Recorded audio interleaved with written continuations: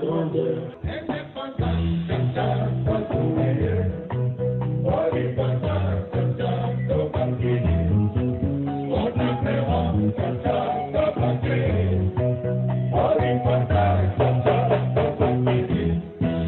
En Côte d'Ivoire, le 56e anniversaire de la fête nationale de la République démocratique du Congo a été célébré le jeudi 30 juin 2016 en présence de plusieurs membres du corps diplomatique et invités de marque.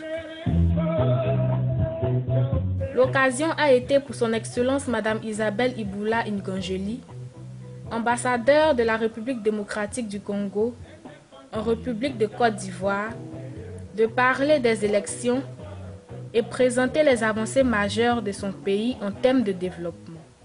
L'année 2016 sera une année comme les autres, a dit un jour le président Joseph Kabila, car plus rien ne va arrêter les trains des élections. Toutes les dispositions sont prises pour le financement de ces élections.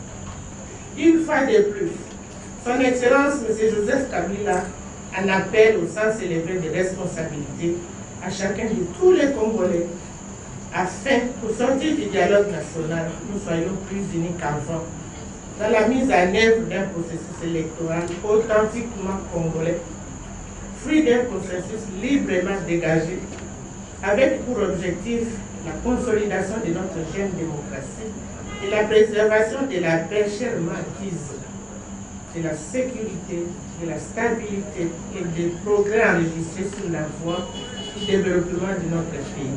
Notre pays a engagé au cours de ces dernières années des performances remarquables en termes de stabilisation du cadre macroéconomique et de croissance économique, fruit d'une politique engagée depuis 2001. Toutes les embellies que connaît la RDC depuis 2002 viennent de la vision et du leadership fort du président Joseph Kabila, qui a créé les conditions d'une croissance avec laquelle le pays a renoué, avec l'accompagnement de la communauté internationale.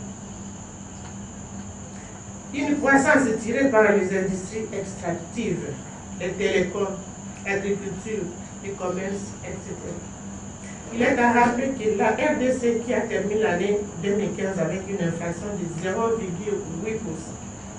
avait battu tous les records du monde avec une inflation de 10 000% en 1994.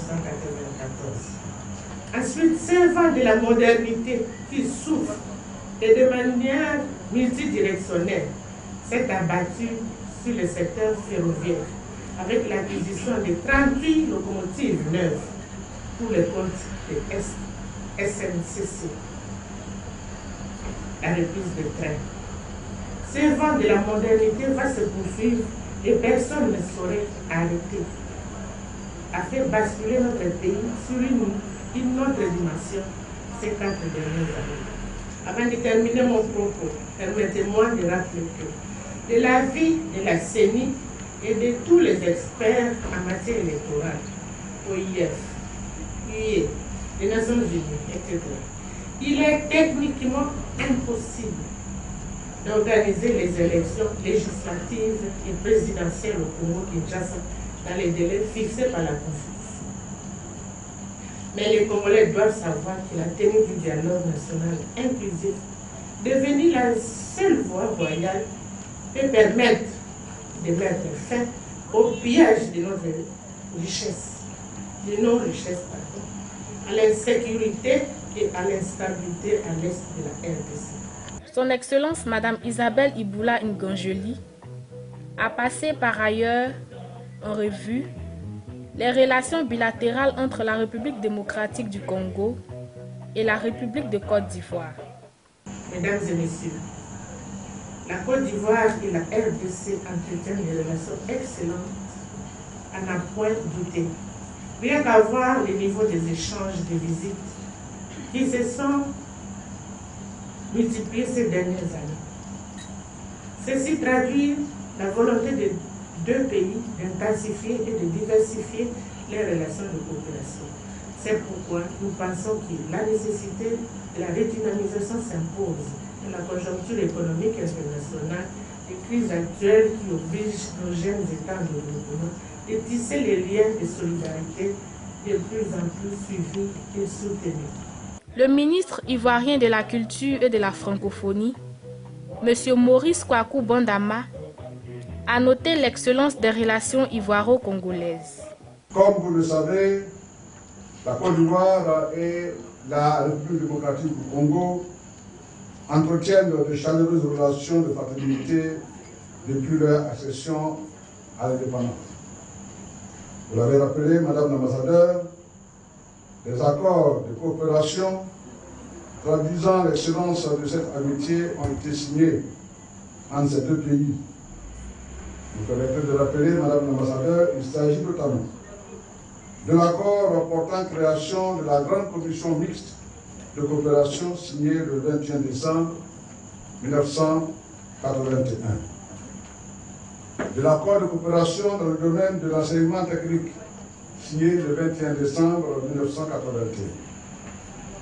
De l'accord commercial signé également le 21 décembre 1981. De la Convention générale de coopération économique, technique, scientifique, sociale et culturelle signée le 21 décembre 1981. De l'accord portant suppression des visas pour les détenteurs de passeports officiels, signé le 11 avril 1985, de l'accord sur le transport aérien, signé le 13 avril 1985. Excellence à Madame l'ambassadeur, les relations de coopération bilatérale qui nous lient et dont je me réjouis de la qualité doivent s'enrichir également d'échanges économiques et commerciaux.